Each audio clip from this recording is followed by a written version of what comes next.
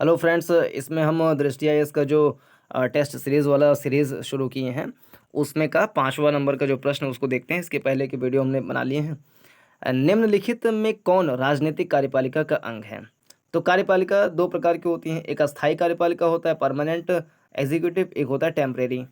तो टेम्परेरी जो कार्यपालिका है, अस्थायी कार्यपालिका है, वो राजनीतिक कार्यपालिका को ही कहा जाता है, क्योंकि राजनीतिक कार्यपालिका वे होती हैं जिनका चुनाव करके आती हैं, एक निश्चित समय सीमा तक कार्य करते हैं, फिर उनका कार्य पूरा हो जाता है, फिर नए चुनाव होते हैं, उसके बाद आते हैं। एक होता है परमानेंट कार्यपालिका, जिसको हम एग्जीक्यूटिव कह सकते हैं, अस्थायी मतलब जो ब्यूरोक्रेसी है वो कह सकते हैं, या अस्थायी कार्यपालिका कह सकते हैं, जिनका कार्यकाल लंबा होता है, सरकारें आती हैं जाती हैं लेकिन ये बने रहते हैं। तो परमानेंट एग्जीक्यूटिव वो हैं जो ब्यूरोक्रेसी हैं, आईएएस आईपीएस अधिकारी, जिला कलेक्टर, गृह मंत्रालय के सचिव, पुलिस महानिदेशक, ये सारे सारे क्या हैं? तो वो अस्थायी कार्यपालिका हैं, ब्यूरोक्रेसी के पार्ट हैं। ब्यूरोक्रेसी को सरदार पटेल ने स्टील फ्रेम ऑफ इंडिया भी कहा था।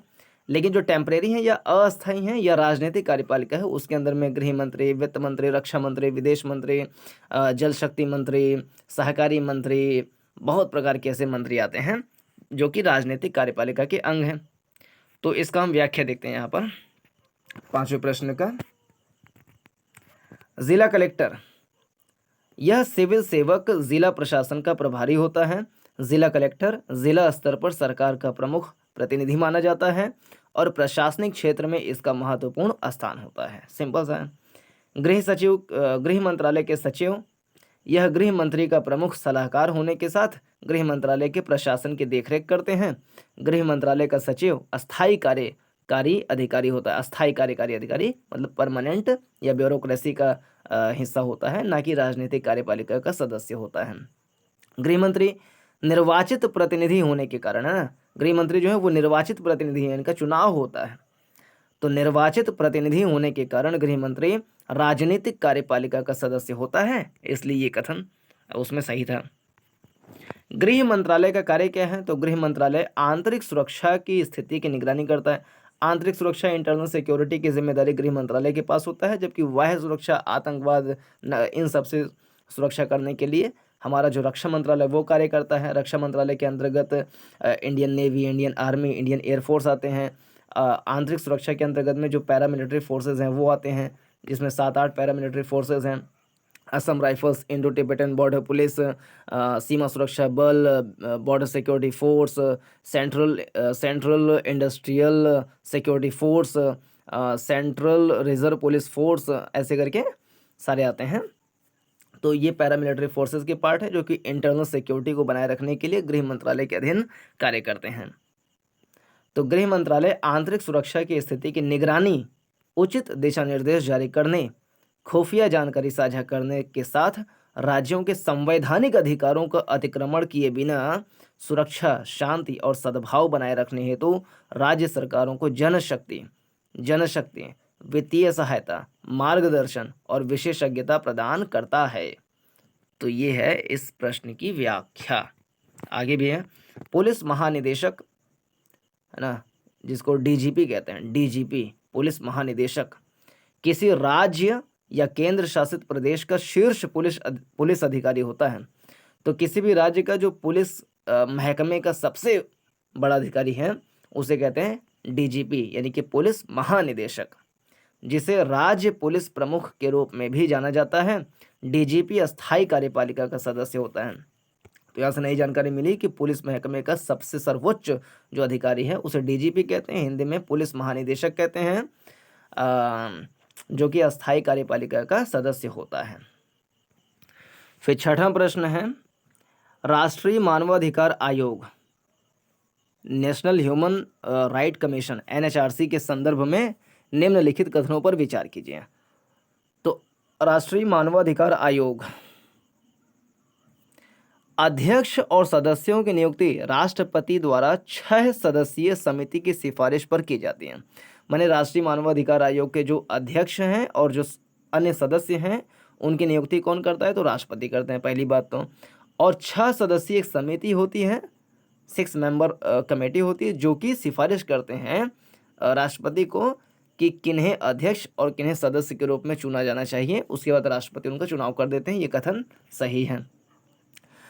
और राष्ट्रीय मानवाधिकार आयोग के पास दीवानी न्यायालय की सभी शक्तियां होती हैं और इसकी कार्यवाहियों का चरित्र न्यायिक होता है। तो ये बात भी सही है। तीसरा कथन, इसे पेरिस सिद्धांतों के अनुरूप स्थापित किया गया था। तो ये भी बात सही है। इसकी व्याख्या को हम देखते हैं। क्वेश्चन नंबर 6 का डी वाला क्या था कि तीनों कथन सही हैं। तो हाँ, सही है तीनों कथन। राष्ट्रीय मानवाधिकार आयोग नेशनल ह्यूमन राइट्स कमीशन को 12 अक्टूबर 1993 को मानवाधिकार संरक्षण अधिनियम 1993 के तहत स्थापित किया गया था। तो राष्ट्रीय मानवाधिकार संरक्षण अधिनियम आया था 1993 में। उसके बाद ही राष्ट्रीय मानवाधिकार आयोग को 12 अक्टूबर 1993 को स्थापित भी किया गया था। तो मानवाधिकार संरक्षण अधिनियम किस साल आया था? तो मानवाधिकार संरक्षण अधिनियम आया था 1993 में। इसी कारण से 12 अक्टूबर 1993 को स्थापित किया गया राष्ट्रीय मानवाधिकार आयोग। इसे मानवाधिकार संरक्षण अधिनियम 2006 और मानवाधिकार संशोधन अधिनियम 2019 द्वारा संशोधित किया गया। तो राष्ट्रीय मानवाधिकार संरक्षण अधिनियम जो है उसको 2 बार संशोधित किया गया है, एक बार 2006 में और एक बार 2019 में। तो फिर से इसको हम याद करते हैं। राष्ट्रीय मानवाधिकार आयोग जो है वो मानवाधिकार संरक्षण अधिनियम आया था 1993 में। इस कानून के द्वारा 12 अक्टूबर 1993 को राष्ट्रीय मानवाधिकार आयोग का गठन किया गया था और इसमें 2 बार संशोधन किया गया है, एक बार 2006 में, एक बार 2019 में। फिर अगला, अध्यक्ष और सदस्यों की नियुक्ति राष्ट्रपति करते हैं। राष्ट्रीय मानवाधिकार आयोग के अध्यक्ष और सदस्यों की नियुक्ति राष्ट्रपति करते हैं। राष्ट्रपति द्वारा 6 सदस्यीय समिति की सिफारिशों पर की जाती है, जिसमें कौन कौन होते हैं? तो प्रधानमंत्री, लोकसभा के अध्यक्ष, राज्यसभा के उपसभापति, राज्यसभा के सभापति नहीं, राज्यसभा के उपसभापति, दोनों सदनों में विपक्ष के नेता और केंद्रीय गृह मंत्री शामिल होते हैं। तो फिर से, राष्ट्रीय मानवाधिकार आयोग जिसकी स्थापना 12 अक्टूबर 1993 को राष्ट्रीय मानवाधिकार संरक्षण अधिनियम के द्वारा स्थापित किया गया था, जिसमें 2006 में, 2019 में 2 बार संशोधन किया गया था। उसमें 6 सदस्यीय समिति की सिफारिश पर राष्ट्रपति उनके अध्यक्ष और सदस्यों का चुनाव करते हैं या नियुक्त करते हैं। 6 सदस्यों में कौन कौन होता है? तो प्रधानमंत्री होते हैं, लोकसभा का अध्यक्ष, राज्यसभा का उपसभापति और दोनों सदनों के विपक्ष के नेता और गृह मंत्री। ये 6 लोग होते हैं जो मिल करके सिफारिश करते हैं, फिर जाकर के जो अध्यक्ष है और जो अन्य सदस्य हैं उनका मनोनयन मतलब चयन होता है। तो फिर से एक बार देख लें, अध्यक्ष और सदस्यों की नियुक्ति राष्ट्रपति द्वारा की जाती है, 6 सदस्यीय समिति की सिफारिशों के आधार पर की जाती है। इन 6 सदस्यों में प्रधानमंत्री, लोकसभा के अध्यक्ष, राज्यसभा के उपसभापति, दोनों सदनों में विपक्ष के नेता और केंद्रीय गृह मंत्री शामिल होते हैं। किसके पास? राष्ट्रीय मानवाधिकार आयोग के पास एक दीवानी न्यायालय की सभी शक्तियां होती हैं और इसकी कार्यवाही का चरित्र न्यायिक होता है। ये बात ध्यान रहे, न्यायिक होता है, अर्ध न्यायिक नहीं, न्यायिक होता है। तो राष्ट्रीय मानवाधिकार आयोग के पास दीवानी न्यायालय की सभी शक्तियां होती हैं और इसकी कार्यवाही का चरित्र न्यायिक होता है। राष्ट्रीय मानवाधिकार आयोग के पास एक दीवानी न्यायालय की सभी शक्तियां होती हैं और इसकी कार्यवाही का चरित्र न्यायिक होता है। यह मानवाधिकारों के उल्लंघन की शिकायतों की जांच के उद्देश्य से केंद्र सरकार या किसी राज्य सरकार के अधिकारी या जांच एजेंसी की सेवाओं का उपयोग करने हेतु अधिकृत है। यानी सेवाएं मांग सकता है कि भाई इस राज्य सरकार या केंद्र सरकार हमें पुलिस का या जो अन्य मतलब जांच एजेंसी हैं उनका सहयोग लेना है, तो वो मांग सकती हैं, अधिकृत हैं इसके लिए। तो ये एक और पंक्ति है व्याख्या के लिए। राष्ट्रीय मानवाधिकार आयोग, फिर से ध्यान कर लें, राष्ट्रीय मानवाधिकार आयोग राष्ट्रीय मानवाधिकार अधिनियम 1993 के तहत 12 अक्टूबर, हाँ 12 अक्टूबर 1993 को राष्ट्रीय मानवाधिकार आयोग का स्थापना किया गया था। और इसके अध्यक्ष और सदस्यों की नियुक्ति राष्ट्रपति करते हैं। 6 सदस्यों की समिति की सिफारिश के आधार पर 6 सदस्यों में कौन कौन होता है, तो प्रधानमंत्री, लोकसभा का अध्यक्ष, राज्यसभा का उपसभापति, लोकसभा का विपक्ष का नेता, राज्यसभा का विपक्ष का नेता और गृह मंत्री शामिल होते हैं। और हमने क्या पढ़ा था इसमें कि इनके पास दीवानी न्यायालय की सभी शक्तियां होती हैं और इनका जो कार्यवाही है उसका चरित्र न्यायिक प्रकार का है। और अपना राष्ट्र मानवाधिकारों के शिकायतों की जांच करने के लिए केंद्र सरकार या राज्य सरकार के अधीन जो कार्य कर रही सेवा मतलब जो एजेंसियां हैं, सुरक्षा एजेंसियां हैं, उनकी सहायता ले सकती हैं, मांग सकती हैं। इसे पेरिस सिद्धांतों के अनुरूप स्थापित किया गया था। तो पेरिस सिद्धांतों के अनुरूप स्थापित किया गया था, जिसे पेरिस अक्टूबर 1991 के में मानवाधिकारों के प्रचार और संरक्षण हेतु अपनाया गया था और दिसंबर 1993 में संयुक्त राष्ट्र की महासभा द्वारा अनुमोदित किया गया था। तो ये है। अब अगला प्रश्न देखते हैं। अगला प्रश्न है राष्ट्रीय सफाई कर्मचारी आयोग। इसके पहले हमने देखा राष्ट्रीय मानवाधिकार आयोग, अब यह राष्ट्रीय सफाई कर्मचारी आयोग NCSK, नेशनल कमीशन फॉर सफाई कर्मचारी, इसका फुल फॉर्म मतलब वो है इंग्लिश में नेशनल कमीशन फॉर सफाई कर्मचारी। तो राष्ट्रीय सफाई कर्मचारी आयोग के संदर्भ में विचार करिए कथनों पर। इसकी स्थापना 1993 में 3 वर्ष की प्रारंभिक अवधि के लिए की गई थी। तो हाँ सही बात है। वर्ष 2004 में इसका विस्तार एक सांविधिक निकाय के रूप में किया गया था। तो ये बात गलत है। कौन सा कथन सही नहीं है बताना है, तो 2 वाला सही नहीं है, केवल 2। तो इसमें बी ऑप्शन सही हो गया। इसकी व्याख्या भी है, तो उसको हम देखते हैं, पढ़ते हैं, कुछ नई बातों को याद भी करते हैं। क्वेश्चन नंबर 7, राष्ट्रीय सफाई कर्मचारी आयोग NCSK, राष्ट्रीय सफाई कर्मचारी आयोग राष्ट्रीय मानवाधिकार आयोग की स्थापना किया गया था राष्ट्रीय मानवाधिकार अधिनियम 1993 के तहत, जो कि पेरिस कन्वेंशन, पेरिस क्या था वो, पेरिस समझौता, पेरिस सिद्धांत। तो पेरिस सिद्धांत आया था 1991 में, जिसके बाद जो है जो संयुक्त राष्ट्र की महासभा है उसने 1993 में अनुमोदित किया था। फिर भारत सरकार ने 1993 में राष्ट्रीय मानवाधिकार अधिनियम बनाया, जिसके तहत 12 अक्टूबर 1993 को राष्ट्रीय मानवाधिकार आयोग की स्थापना भी कर दिया गया था। ऐसे ही राष्ट्रीय सफाई कर्मचारी आयोग है। तो राष्ट्रीय सफाई कर्मचारी आयोग नेशनल कमीशन फॉर सफाई कर्मचारीज की स्थापना 1993 में 3 वर्षों की अवधि के लिए NCS के अधिनियम 1993 के प्रावधानों के अनुसार सरकार को सफाई कर्मचारियों के कल्याण के लिए विशिष्ट कार्यक्रमों के संबंध में सिफारिशें देने हेतु की गई थी 3 साल के लिए। तो राष्ट्रीय सफाई कर्मचारी आयोग की स्थापना 1993 में की गई थी 3 वर्षों की अवधि के लिए, खाली 3 साल के लिए की गई थी। और काम क्या था कि NCS के अधिनियम 1993 के प्रावधानों के अनुसार सरकार को सफाई कर्मचारियों के कल्याण के लिए विशिष्ट कार्यक्रमों के संबंध में सिफारिशें देने हेतु की गई थी कि जो सफाई कर्मचारी हैं उनके विकास के लिए, कल्याण के लिए हम क्या काम कर सकते हैं, क्या कानून बना सकते हैं। इसके लिए एक कानून बनाया कि 3 साल के लिए, कि 3 साल में हमें खूब सारा रिसर्च करके अच्छे से रिकमेंडेशंस दीजिए कि हम कानून बनाएं ताकि सफाई कर्मचारियों का कल्याण हो सके। तो इसकी स्थापना 1993 में की गई थी। किसके? राष्ट्रीय सफाई कर्मचारी आयोग की स्थापना।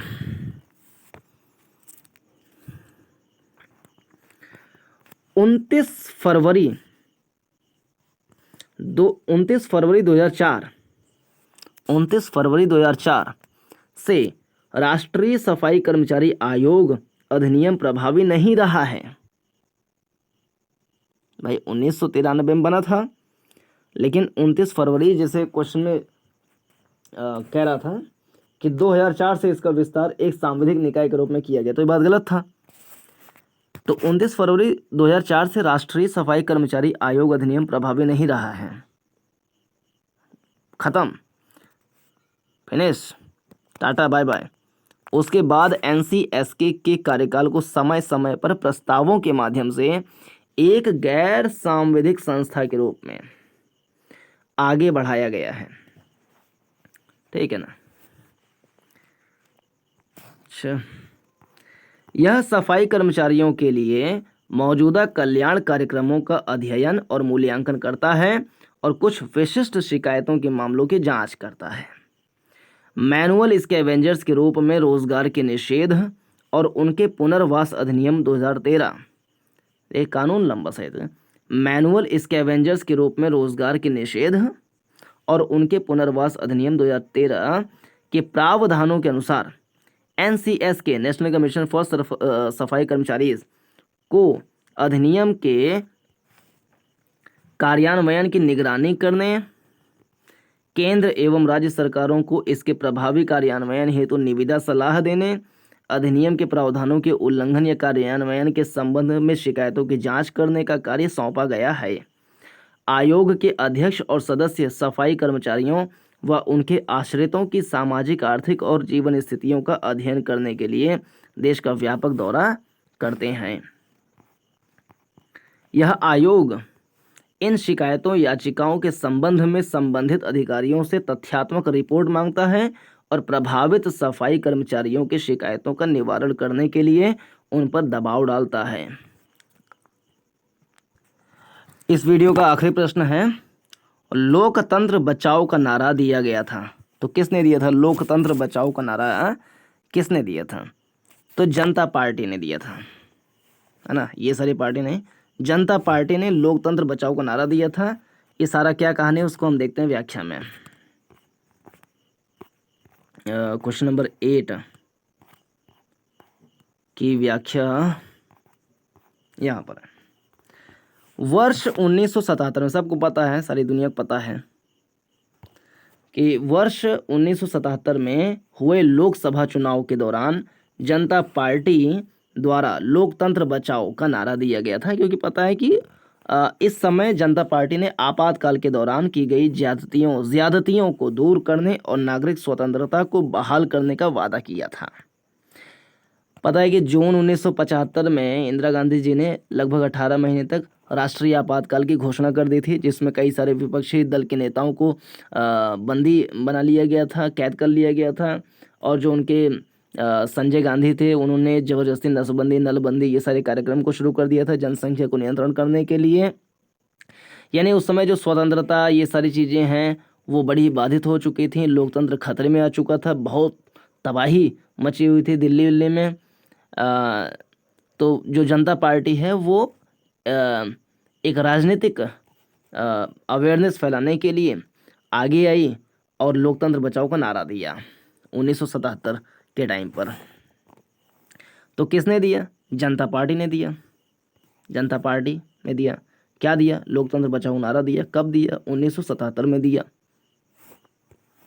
और व्याख्याएं देखें। वर्ष 1977 के विधानसभा चुनाव में वामपंथियों द्वारा लैंड टू द टिलर, अंग्रेजी बोल दिया, लैंड टू द टिलर का नारा दिया गया था। वामपंथी मीन्स कांग्रेस की पार्टी, मोटी मोटा।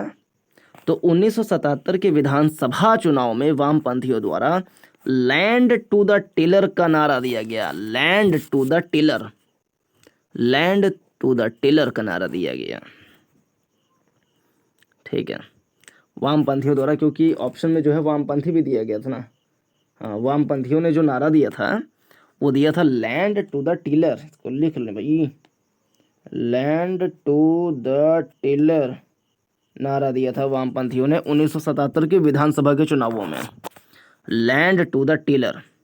वर्ष 1983 के आंध्र प्रदेश विधानसभा चुनाव में तेलुगु देशम पार्टी के नेता एन टी रामाराव द्वारा protect the self respect of the Telugu, protect the self respect of the Telugu नामक नारे का प्रयोग किया गया था।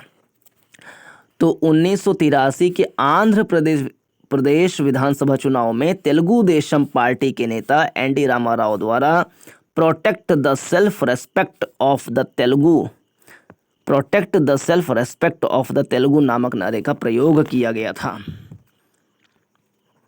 फिर इंदिरा गांधी के नेतृत्व वाली कांग्रेस पार्टी द्वारा वर्ष 1971 के लोकसभा चुनाव में गरीबी हटाओ, बड़ा फेमस था 1971 में, कांग्रेस पार्टी इंदिरा गांधी के नेतृत्व था उस टाइम पर। तो इंदिरा गांधी के नेतृत्व वाली कांग्रेस पार्टी द्वारा वर्ष 1971 के लोकसभा चुनाव में गरीबी हटाओ का नारा दिया गया था।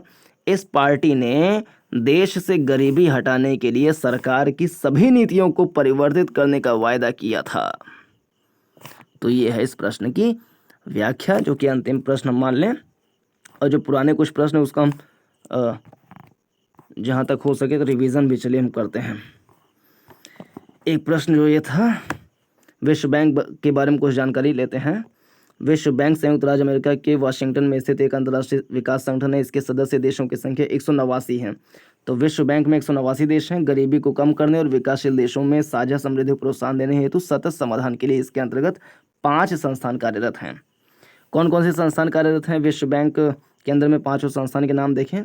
अंतर्राष्ट्रीय पुनर्निर्माण और विकास बैंक, अंतर्राष्ट्रीय पुनर्निर्माण और विकास बैंक, अंतर्राष्ट्रीय विकास संघ, अंतर्राष्ट्रीय वित्त निगम, बहुपक्षीय निवेश गारंटी एजेंसी, निवेश विवादों के निपटारे के लिए अंतर्राष्ट्रीय केंद्र। और जो महत्वपूर्ण रिपोर्टें जारी करती हैं विश्व बैंक, उसके नाम देख लें।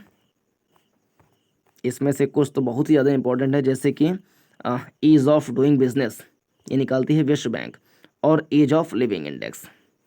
ईज ऑफ डूइंग बिजनेस और ईज ऑफ लिविंग इंडेक्स निकालती है विश्व बैंक। इसके अलावा world development report, global economic prospects report, remittance report, India development update, universal health coverage index, सेवा व्यापार प्रतिबंध सूचकांक, ये सारी रिपोर्टें निकालते हैं विश्व बैंक। फिर ट्रांसपेरेंसी इंटरनेशनल एक अंतर्राष्ट्रीय गैर सरकारी संगठन है जिसकी स्थापना 1993 में बर्लिन जर्मनी में की गई थी। इसका प्राथमिक उद्देश्य नागरिक उपायों के माध्यम से वैश्विक भ्रष्टाचार का मुकाबला करना और भ्रष्टाचार के कारण उत्पन्न होने वाली आपराधिक गतिविधियों को रोकने हेतु कार्यवाही करना है। जो रिपोर्ट निकालती हैं ट्रांसपेरेंसी इंटरनेशनल, वो है ग्लोबल करप्शन बैरोमीटर और भ्रष्टाचार बोध सूचकांक। फिर विश्व आर्थिक मंच सार्वजनिक निजी सहयोग के लिए अंतर्राष्ट्रीय संगठन है। वर्ष 1971 में इसे एक गैर लाभकारी संगठन के रूप में स्थापित किया गया था। इसका मुख्यालय जिनेवा स्विट्जरलैंड में है। जो रिपोर्ट निकालती हैं उसमें 2 बड़े इंपॉर्टेंट हैं, एक वैश्विक लैंगिक अंतराल सूचकांक विश्व आर्थिक मंच निकालता है, और वैश्विक प्रतिस्पर्धात्मकता रिपोर्ट, ये 2 इंपॉर्टेंट हैं। उसमें विश्व बैंक का 2 इंपॉर्टेंट था, ease of doing business report और ईज ऑफ लिविंग इंडेक्स। और विश्व आर्थिक मंच के 2 वेरी इंपॉर्टेंट हैं, वैश्विक प्रतिस्पर्धात्मकता रिपोर्ट और वैश्विक लैंगिक अंतराल सूचकांक। इसके अलावा मानव पूंजी सूचकांक, वैश्विक पर्यावरण निष्पादन सूचकांक, ये इंपॉर्टेंट हो सकता है क्योंकि UNEP United Nation Environment Programme निकालती है क्या ऐसा रिपोर्ट, इसमें कन्फ्यूज़न हो सकता है क्योंकि ये पर्यावरण एनवायरनमेंट से संबंधित संगठन है UNEP, और यहाँ पे पर्यावरण से संबंधित सूचकांक है वैश्विक पर्यावरण निष्पादन सूचकांक। तो ये UNEP नहीं बल्कि विश्व आर्थिक मंच ही निकालता है वैश्विक पर्यावरण निष्पादन सूचकांक। इसके अलावा एशियाई विकास बैंक, एशियन डेवलपमेंट बैंक ADB 19 दिसंबर 1966 को स्थापित एक क्षेत्रीय विकास बैंक है जिसका मुख्यालय मनीला में है। तो एशियाई विकास बैंक का मुख्यालय मनीला में है, विश्व बैंक का मुख्यालय वॉशिंगटन में है, और ट्रांसपेरेंसी इंटरनेशनल को बर्लिन जर्मनी में स्थापित किया गया था। विश्व आर्थिक मंच का मुख्यालय जिनेवा स्विट्जरलैंड में है, और एशियाई विकास बैंक का मनीला फिलीपींस में। इसका मिशन एशिया प्रशांत क्षेत्र में आर्थिक विकास और सहयोग को बढ़ावा देना है। इसके जो वो हैं रिपोर्ट एशियाई विकास आउटलुक, एशियाई विकास आउटलुक निकालता है एशियाई विकास बैंक। तो ये इस वीडियो का डिस्कशन इतना ही रखते हैं। इसके बाद हम आगे के जो प्रश्न हैं उसको देखेंगे नेक्स्ट वीडियो में। यहाँ तक देखने के लिए धन्यवाद। नमस्कार, जय हिंद।